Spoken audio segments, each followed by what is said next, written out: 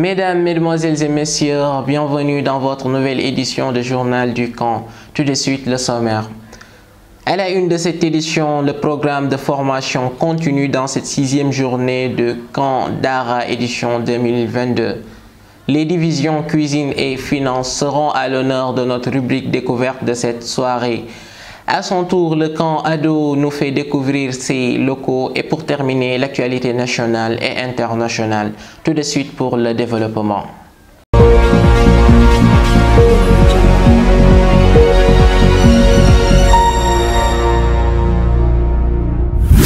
Merci de nous suivre depuis le studio Kumbembo. Bonsoir à toutes et à tous. Mais d'abord, revenons à la randonnée pédestre, à l'occasion de laquelle l'Association des élèves et étudiants musulmans du Sénégal a marqué son empreinte dans la ville de Saint-Louis. Compte rendu, Mariam Ly. Ce mercredi 7 septembre, à l'occasion de la journée consacrée aux activités citoyennes, culturelles et artistiques, l'AMS a organisé une randonnée pédestre qui a vu la participation de plus de 900 membres et sympathisants qui ont sillonné l'IFAN et la place Faidherbe, en passant par la Pointe Nord sous la couverture de la presse et l'encadrement des services publics, police et sapeurs-pompiers. L'activité qui s'est déroulée dans une parfaite ambiance a été bouclée par un point de presse sous le thème « La protection de l'enfant ». Ça faisait partie de nos objectifs d'organiser ce camp-là et par rapport à cette panoplie de formation qu'on avait proposé, d'organiser une randonnée pédestre qui aura comme thème ce qu'on appelle la protection de l'enfance. Surtout ça, je Saint-Louis,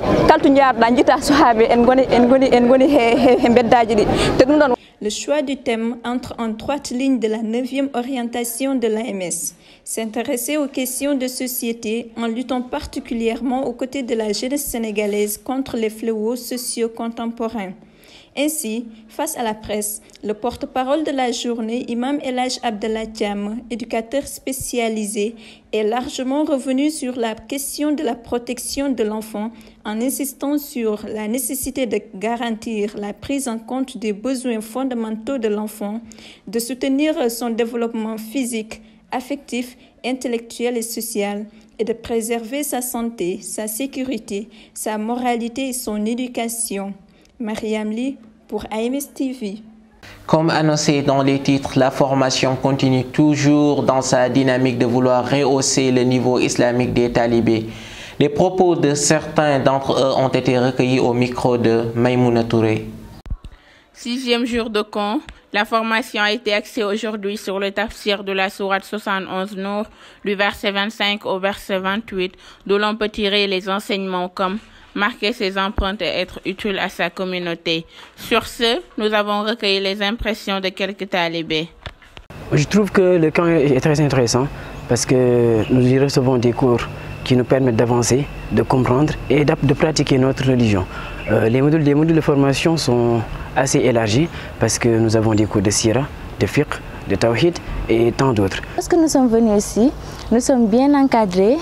Nous recevons une formation de base et de très haute qualité en plus.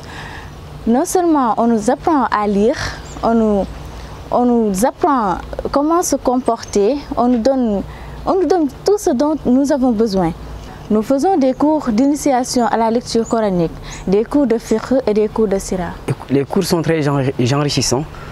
Ils nous permettent d'avancer, de pouvoir expliquer et de pouvoir développer notre niveau dans la religion.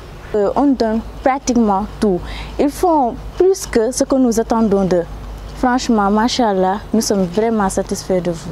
Visite à la petite catégorie qui est sans nul doute l'une des plus vulnérables et qui mérite beaucoup plus d'attention du point de vue hygiénique de même que du côté de l'hébergement. Reportage Mamadou Dian et Nafissatou Seck.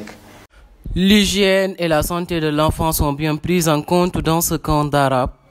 Chaque matin, la division salubrité de la commission organisation assure la propreté des ados. Toilettes bien nettoyées, dortoirs bien entretenus, entre autres. Nous vous proposons d'écouter M. Boubacar Diarra. L'importance d'une bonne hygiène sur la santé des enfants. Vous savez, les enfants sont un peu fragiles. Les enfants sont fragiles, ils sont différents des adultes. C'est pourquoi nous insistons beaucoup sur la propreté et sur l'hygiène surtout par rapport à l'encadrement des enfants. C'est pourquoi quand vous voyez souvent, nous nous impliquons souvent au niveau des toilettes, par rapport au lavage, par rapport aussi aux ablutions. Nous nous impliquons beaucoup en aidant aussi, parce qu'il y a une équipe aussi qui est chargée de la salubrité, mais on n'a pas tout laissé au niveau de ces organisateurs. Nous, à notre niveau aussi, nous y participons beaucoup, parce que nous savons que les enfants sont très fragiles. On ne peut pas les laisser à eux-mêmes. L'éducation aussi n'est pas la même chose. Certains ont une très bonne éducation, d'autres aussi, bon, leur éducation, bon, ça dépend. Mais nous aussi, à notre niveau, vraiment, nous veillons à chaque fois à cela, quoi, par rapport à leur éducation. Mais ils sont dans de très bonnes conditions par rapport à ça aussi. Merci beaucoup. Nonobstant l'entretien de la petite catégorie, les moniteurs ne cessent de rappeler aux enfants l'importance de l'hygiène sur leur santé. Venus d'horizons divers, l'adaptation des enfants dans les toilettes n'est pas un problème. Et puis nous irons à la rencontre de deux entités à part entière pour la tenue et la bonne marche des activités de ce camp d'Ara. La cuisine ainsi que la division finance ont été à l'honneur de notre rubrique découverte de cette édition. Reportage Yon Lefay.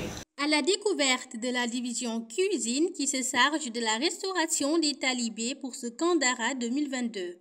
Amir Ousmane Diallo, responsable de la dite division, nous fait le point sur le déroulement de leurs différentes activités. Le travail est bien organisé. Nous avons réparti les membres de la cuisine. Environ nous avons 32 membres qui gèrent spécialement la cuisine.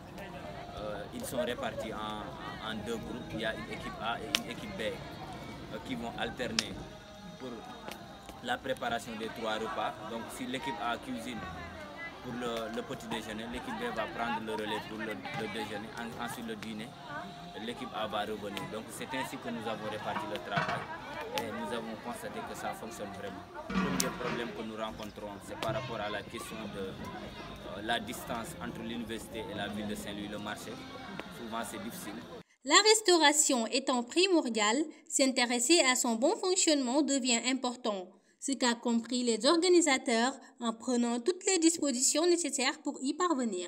D'abord, féliciter l'ensemble de l'équipe de l'organisation au niveau de la cuisine, composée de membres nouveaux, mais aussi des anciens qui apportent leurs expériences. Vraiment, c'est des gens très courageux. Aussi, le respect du mot d'ordre est là.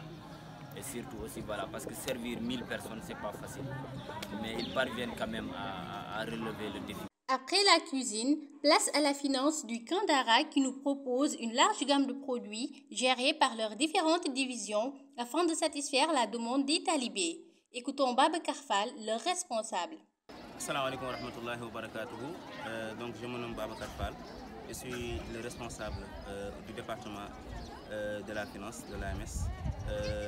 Je suis responsable adjoint à la finance du camp d'Ara 2022.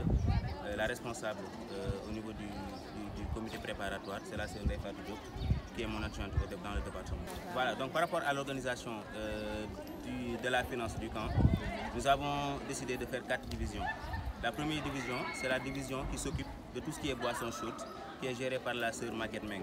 Donc tout ce qui est was, tout ce qui est ataya, tout ce qui est également café touba. La deuxième division, c'est la division boutique en général, donc qui est gérée par la sœur Fatou Diop et qui s'occupe de tout ce qui est biscuits, tout ce qui est bonbons, tout ce qui est mouchoirs, donc toutes les choses qui sont nécessaires donc, aux talibés donc, durant leur quotidien dans le camp, donc est vendue dans la boutique. Donc la troisième division, c'est la division qui s'occupe des pâtisseries, donc les fataya, beignets, nem, etc., etc. Donc elle est gérée par la sœur Menga Ndiaye. La quatrième et dernière division, c'est la division qui s'occupe du petit déjeuner et qui est gérée par la sœur Takoba. Comme dans leur vie de tous les jours, les talibés venus des 4 coins du Sénégal expriment leurs besoins auprès de la finance qui tente d'y apporter satisfaction. Rubrique sport. Comme depuis le début de ce camp d'Ara, les matchs intercoordination ont marqué l'ambiance de cette journée. Reportage Ndeye Sokhna Ndaw. Quoi de mieux que de démarrer sa journée avec du sport qui réveille le corps et l'esprit. Au cœur de la compétition intercoordination régionale, au terrain de basket, les coordinations régionales de Sédhiou et Tamba sont confrontées à la coordination régionale de Ziguinchor, très redoutable. Sous l'ambiance et l'encouragement des infatigables supporters, les Lions du Sud s'imposent avec un score de 23-1. Au terrain de football, 2 matchs sont joués à l'occasion de la 3e journée du tournoi. La première heure a opposé la coordination régionale de Ziguinchor et les coordinations régionales de Sédhiou et de Tamba. 2 périodes chaudes et pleines d'enthousiasme dans un équilibre de domination. 0 but partout, les coordinations régionales de Sédhiou et de Tamba éliminent la coordination régionale de Ziguinchor, vainqueur de la précédente compétition après une séance de tir au but. Au revoir les Casacés pour le reste de la compétition. À la 2e heure, l'équipe de la coordination régionale de Kaolack croise celle des formateurs du camp qui comptent des talents exceptionnels. Mais face à la ténacité de la coordination régionale de Kaolack, les imams ne réussissent à retrouver le souffle qu'à la dernière minute du temps de jeu, après l'incroyable but de Ibrahima Gueye sur coup franc. Retenons également la belle prestation du gardien de but des Oustaz, Imam Mohamed Diouf, qui renvoie les Kaolackois à la tribune et nommé homme du match. Donner, recevoir, partager. Ces vertus fondamentales du sportif sont de toutes les modes, de toutes les époques. Elles sont le sport. Nous vous donnons rendez-vous demain pour le début des demi-finales. Et pour finir, l'actualité nationale et internationale avec Yaye Aïssata Sall. L'information nationale, après l'entreprise Dangote qui avait suspendu ses activités et mis tous ses employés en congé en juin dernier, c'est au tour de la cimenterie Sococim de mettre sa production à l'arrêt, informe Leral.net. Condamnant de fait ses employés, ses prestataires et ses fournisseurs à suspendre les activités. En effet, l'État a bloqué les prix alors que ceux des matières premières ont flambé de plus de 200% dans certains cas, et ce, depuis des semaines, voire des mois. Avec la fermeture de la Sococim, ce sont 10 000 tonnes de ciment en moins sur le marché chaque jour. La situation prive les Sénégalais de près de 60% de ciment habituellement disponible. L'Assemblée nationale, la première session convoquée ce lundi 12 septembre. La date d'ouverture de la première session de l'Assemblée nationale, nouvellement élue, est connue. Les 105 députés de la 14e législature sont convoqués le lundi 12 septembre 2022 à 10h, annonce la direction de la communication de l'Assemblée nationale. Selon le communiqué parcouru par Presse Afrique, l'ordre du jour porte sur l'installation des députés élus le 31 juillet dernier. À l'international, guerre en Ukraine, Vladimir Poutine vante la force du bloc oriental et des alliés asiatiques. Après avoir fustigé l'Occident, le président russe a célébré ce mercredi 7 septembre son partenariat stratégique avec la Chine que la guerre a renforcé.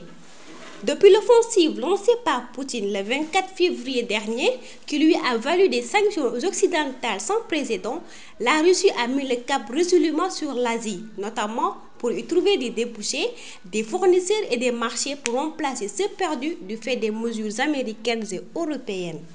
C'est sur cet élément que prend fin cette édition. Merci de l'avoir suivi. Vous pouvez continuer à nous suivre sur Facebook, YouTube, AMS officiel, ainsi que sur notre site web ams.sn. C'est tout pour ce soir. À demain soir, comme chaque soir. Bonsoir.